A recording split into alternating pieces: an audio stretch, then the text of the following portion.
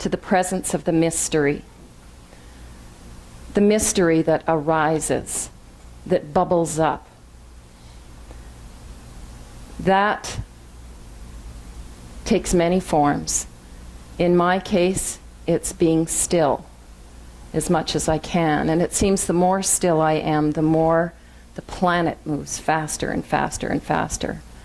So I simply rest into the knowing that I am it all. It's my dream. It's your dream. It's my life. And what a beautiful life. I'm in awe at the trees, the mountains, the rivers. I'm in awe at even the struggle. The struggle is the biggest part of life that in my case I would tend to want not to be around, the suffering. I wasn't sure what story I was going to tell today, but the suffering in general, my own pattern had been, before I started making spiritual practice an everyday practice, was to push away suffering, to turn away, to do anything not to feel it. Anything and everything not to feel it. That includes go to India, sit and meditate at Oneness University, backpack Europe, bungee jump, skydive. I did everything I wanted to do before I die. So I have done my bucket list. That was, in general, a way of not feeling, because I'd get to divert from feeling all of it. But in order to transcend and transform anything, there tends to be equal and opposing opposite forces. To fire up your car, you've got the positive, negative charge, and they ignite something wonderful. The feminine is energetically a negative force, and the masculine is a positive force. And I'm not talking about negative in a way that one might judge as, no, I don't want that.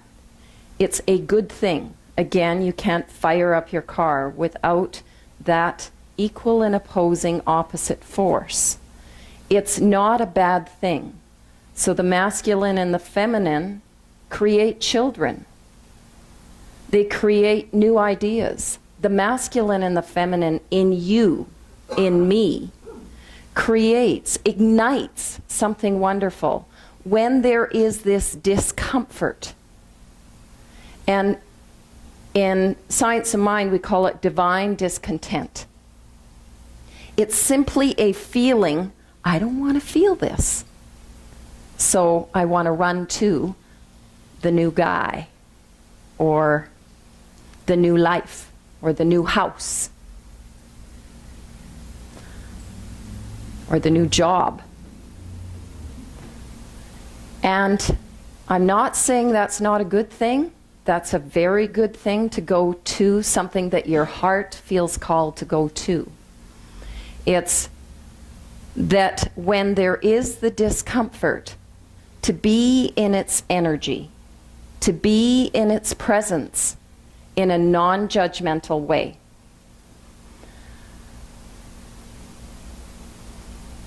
Non-judgmental. Even resting the judge that judges the judge. It's all good. Let yourself rest in all of it.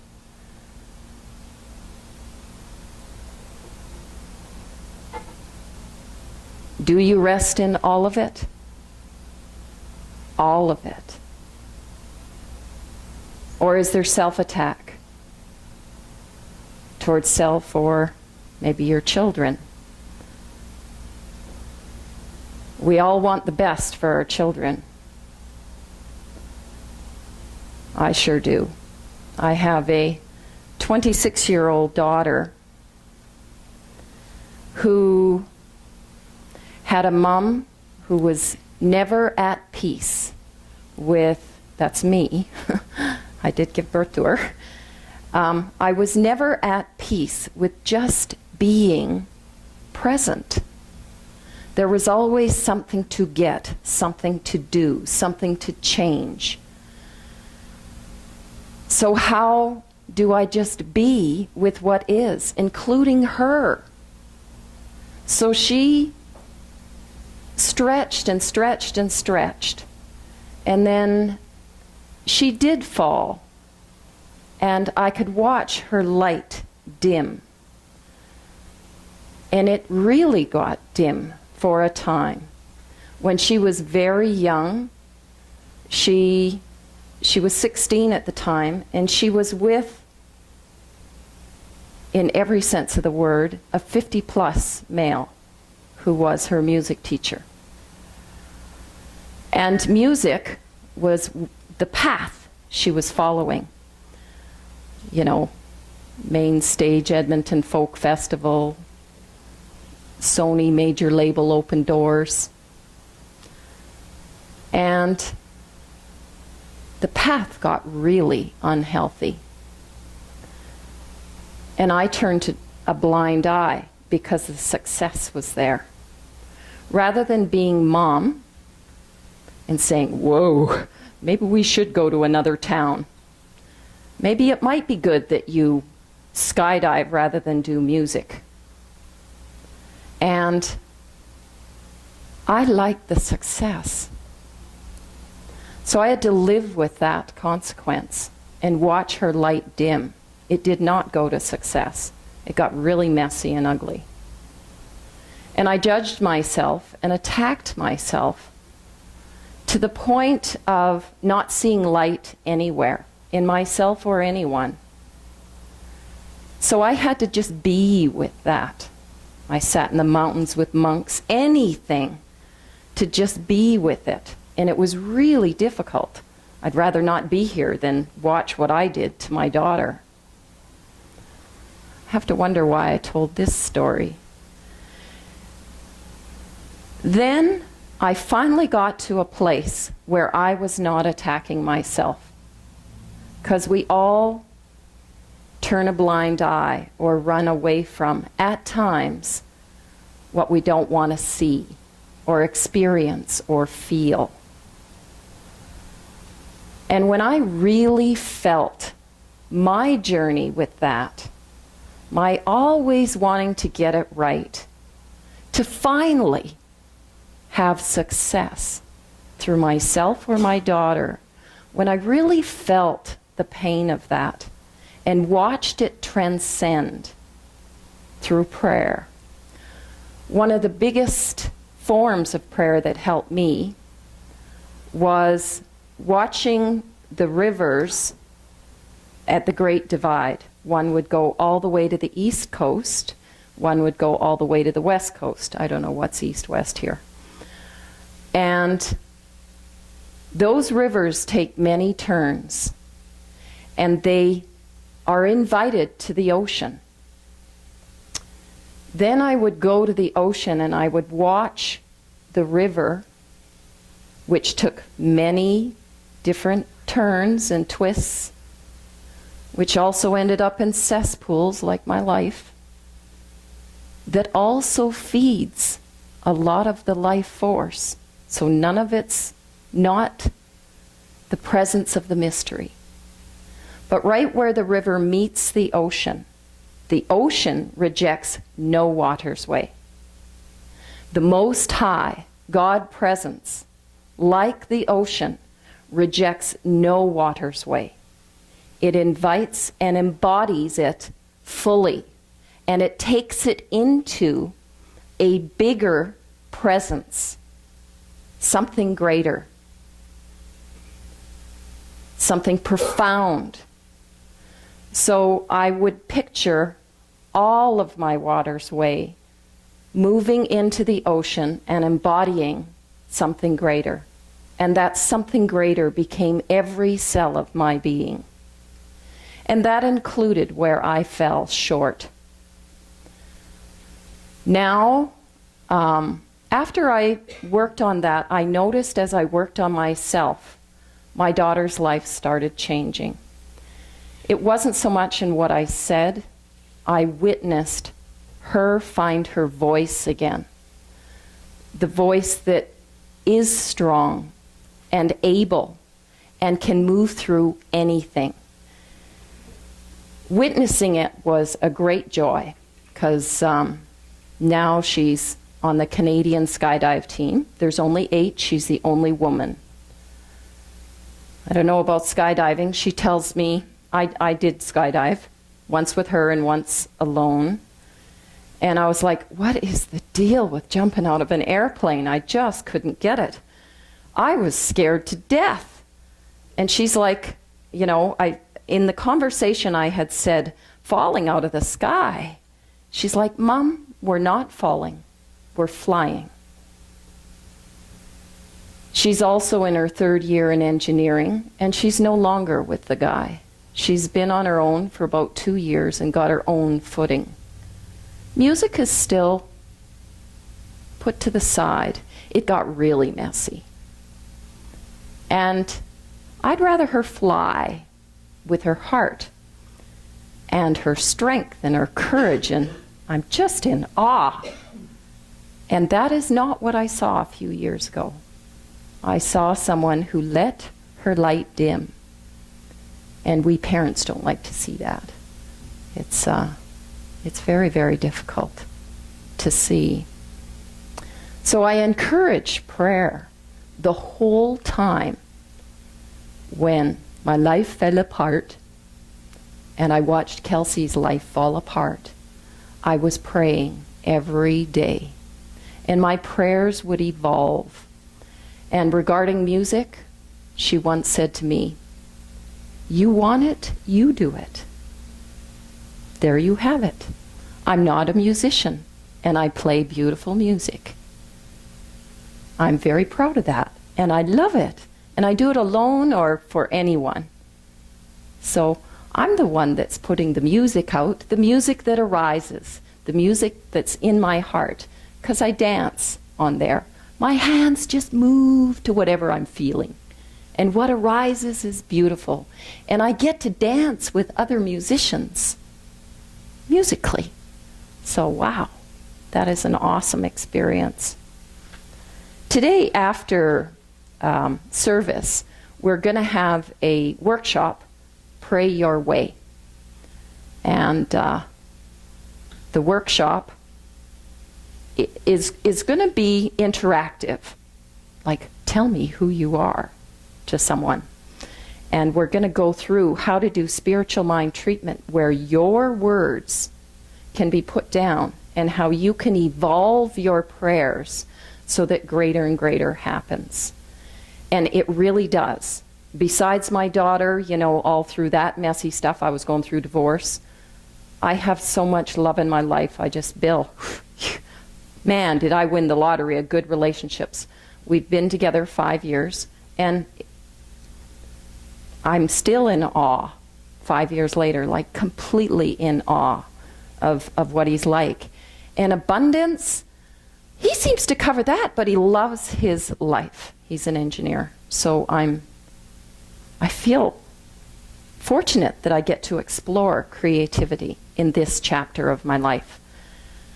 And even before I met him, I was able to do it living below the poverty level. All my needs were met. I was in a beautiful artist loft in Banff. Just beautiful. I'd look outside or walk outside and just look at the mountains. Oh, forget the head chatter. The mountains said it all. So I had time. And I didn't need money. The best things in life are free anyway. The things of the heart. So on that note, things of the heart, Aaron, I would love you to play your music. So let's just listen to Aaron for a little bit and Hear what comes through his heart. Yes. Oh, what a wonderful world. It really is. I think I will read this. You're probably familiar with Oriah Mountain Dreamer's poem.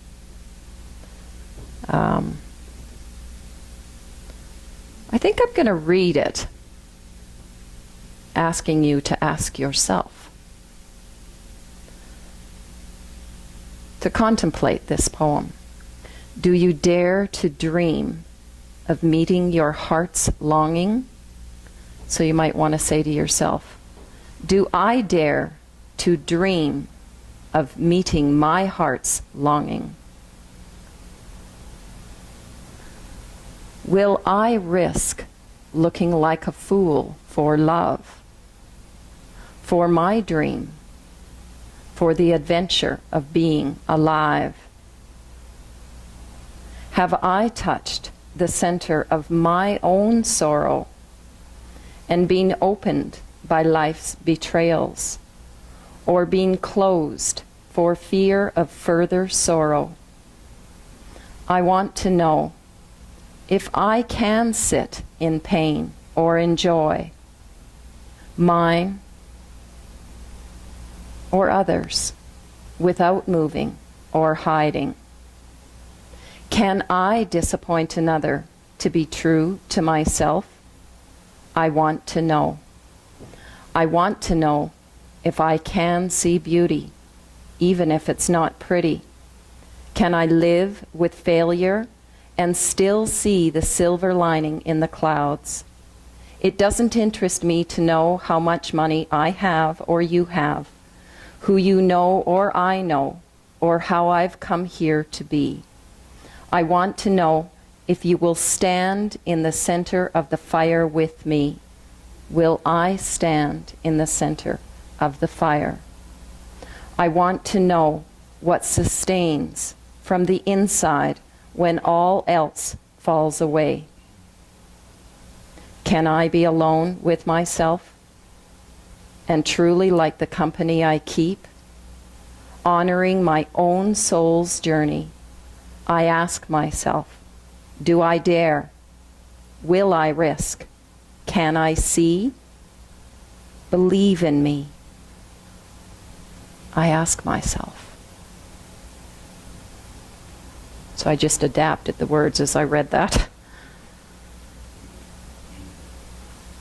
Because really, it's your story. And it's good, and it's very good. So,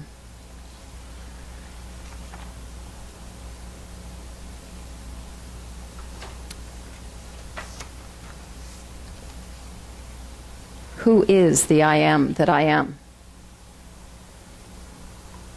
Have you asked yourself that? Okay. You see before you say the words you see. Before you philosophize, I see. The seeing is happening. You hear before you say the words, I hear. Before you philosophize it or talk about it, the hearing is happening. That intelligence, that livingness, that is infinitely intelligent, could never not be present. You cannot fall out of presence. Therefore, all knowing, all power, all presence is happening and could never not be happening. In you, in me, in everyone and everything. Now that's something to celebrate. You are it all. And that infinite good is happening. It always has been and always will be. So let's bring that to a meditation. Your meditation. Because you're making it up. You're making me up. I'm making you up. It's all good. I'm going to start with the chimes, and then Erin's going to join in and keep the meditation going. And these chimes Our koshi chimes from France, they represent earth, wind, water, fire. So they're from the shamanic teachings, and they're tuned absolutely perfect. We've got 3 others that are playing them in north, south, east, west. So enjoy the chimes and then enjoy Aaron's music as you go deep within. Who are you? Who am I?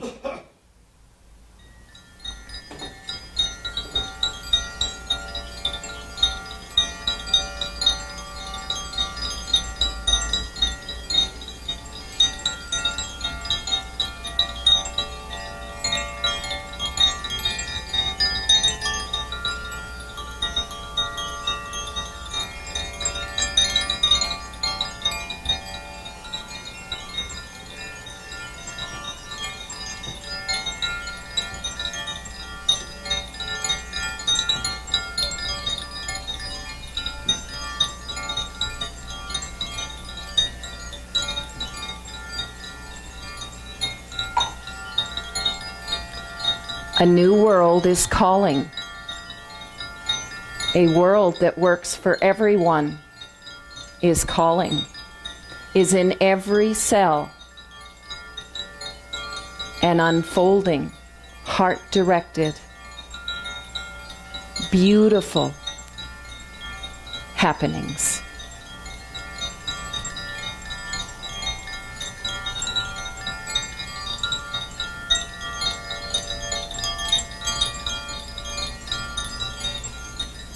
Get centered and know.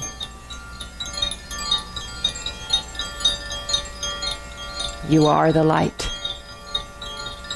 the power, the music.